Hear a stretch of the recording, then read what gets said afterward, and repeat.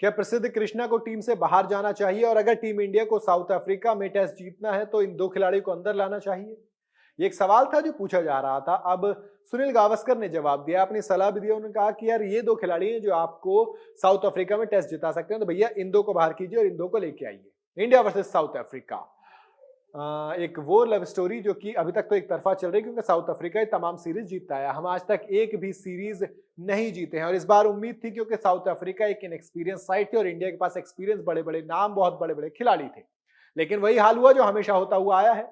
South Africa और India के test series का पहला मैच इंडिया हार जाती है। अब दूसरा मैच केप टाउन के मैदान पर खेला जाएगा। पहले मैच में मिली हार का बदला टीम इंडिया दूसरे टेस्ट में जरूर लेना चाहेगी। कम से कम सीरीज हार नहीं, ड्रॉ करवाना चाहेगी, जो कि बिल्कुल भी आसान नहीं होने वाला है। दूसरे टेस्ट मैच को जीतने के लिए अब रोहित शर्मा को एक नई क्या नाम है प्लानिंग करनी पड़ेगी।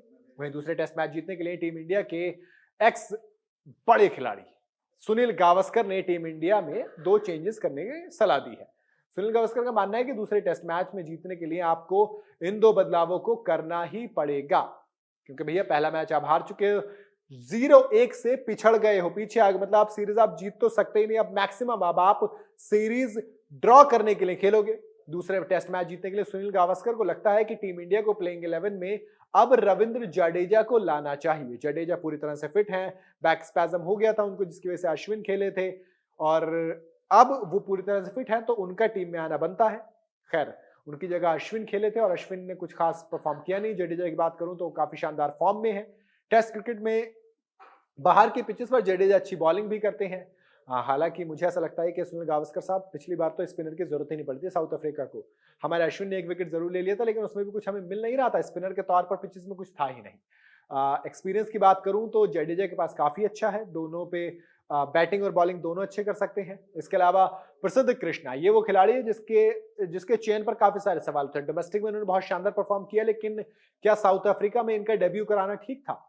इनकी डेब्यू के पीछे की जो वजह बताई गई थी वो ये बताई गई थी कि लंबे कद के हैं, हाई रिलीजिंग पॉइंट है, तो बाउंस अच्छा मिलेगा, पेस अच्छी मिलेगी, लेकिन ऐसा कुछ नहीं मिला। अब सुनील गावस्कर का मानना है कि भैया मुकेश कुमार को लाइए, प्रसिद्ध कृष्णा को बाहर बिठाइए।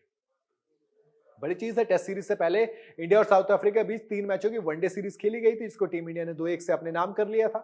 वनडे सीरीज में जडेजा और मुकेश कुमार दोनों खेले थे। अब ऐसे में बात की जा रही है कि भैया आप एक काम करिए, मुकेश कुमार को अंदर लाइए, प्रसिद्ध कृष्णा को बाहर लेकर जाइए। वैसे तो टीम इंडिया ने आवेश खान को भी शामिल किया है टीम में, तो ऐसे में ये 2-3 कॉम्बिनेशन की बात है। एक शामी के नाम देखिए कॉम्बिनेशन कितना बिगड़ जाता है। आप अगर बात करेंगे जसप्रीत बुमराह, मोहम्मद सिराज की, दोनों ने बहुत अच्छी बॉलिंग की, दोनों ने दम लगाया, लेकिन दूसरी तरफ शार्दुल ठाकुर और प्रसिद्ध कृष्णा, ये दोनों इस तरह से बॉलिंग कर रहे थे मानो सिर्फ फॉर्मेलिटी के तौर पर बॉलिंग कर रहे हैं। तो ऐसे में आप 2 चेंजेस अगर चाहेंगे तो मेरी नजर में तो उमरान मलिक आने चाहिए थे आवेश खान की जगह पहले ही। मैं हमेशा मानता हूं कि उमरान मलिक को आपको चांस देना पड़ेगा। बाहर की पिच हो, जहां पर बाउंस है पिच पर, जहां पर पेस है, और ऊपर से केप टाउन में आपने 6 मुकाबले खेले, 4 हारे हो, 2 ड्रॉ किए। यहाँ पर आज तक एक भी मुकाबला केप टाउन में नहीं जीते हो। ऐसे में अगर आपको बाउंसी और पेसी पिच मिल रही थी तो आपको उमरान मलिक को एटलीस्ट एक बार ट्राई करना चाहिए था, उमरान मलिक को एक बार मौका देना चाहिए था। खैर, अब आप आवेश खान को लेके गए हैं, तो मुझे शार्दुल ठाकुर एक तो चोट की वजह से बाहर हो सकते हैं, नेट्स में प्रैक्टिस करने नहीं आए थे, बॉल लग गई थी नेट्स के अंदर, तो एक तो मैच में लगी थी सिर पर उनके बॉल, उसके बाद जब नेट्स में बॉल लगी तो वापस चले गए, दोबारा नहीं आए। तो ऐसे में अगर शार्दुल ठाकुर भी बाहर होते हैं तो फिर क्या आवेश खान का नंबर लगेगा?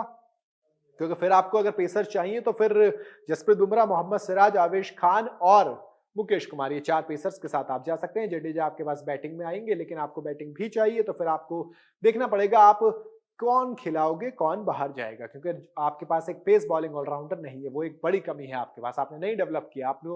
आप कई सारे खिलाड़ियों को डेवलप कर सकते थे, लेकिन आपने हार्दिक पांड्या पर पूरा भरोसा जताया। उसके बाद शार्दुल ठाकुर को आप लगातार मौके देते जा रहे हो, ताकि ऐसा लग रहा है बाकी खिलाड़ियों को कुछ आप समझ नहीं रहे हो। ऐसे में मुझे लगता है कि प्लेइंग 11 में मिनिमम 2 चेंजेस तो आपको देखने को मिलेंगे। दूसरी चीज, चेतेश्वर पुजारा की जगह आप शुभमन गिल को खिला रहे हो, तो वो शुभमन गिल को बड़ा काम करना पड़ेगा कुछ ना कुछ, क्योंकि भैया बाहर आपका एवरेज सिर्फ 8.2 का है। ऐसे में अगर आपको उस जगह को जस्टिफाई करना है तो पहले मैच जिताना पड़ेगा, पहले बड़ा खिलाड़ी बनना पड़ेगा। आपको क्या लगता है, क्या टीम इंडिया को इन 2 बदलावों से चेंज से काम चल जाएगा? क्या प्रसिद्ध कृष्णा और रविचंद्र अश्विन, इन दोनों की जगह रविंद्र जडेजा और मुकेश कुमार आने से काम चल जाएगा, या फिर और भी आप बदलाव देख रहे हैं टीम इंडिया की प्लेइंग 11 में? मुझे कमेंट में जरूर बताइएगा। वीडियो अगर आपको पसंद आई हो तो इसे लाइक और शेयर जरूर करें। जाते हैं तो चैनल को सब्सक्राइब करते हुए जाएं।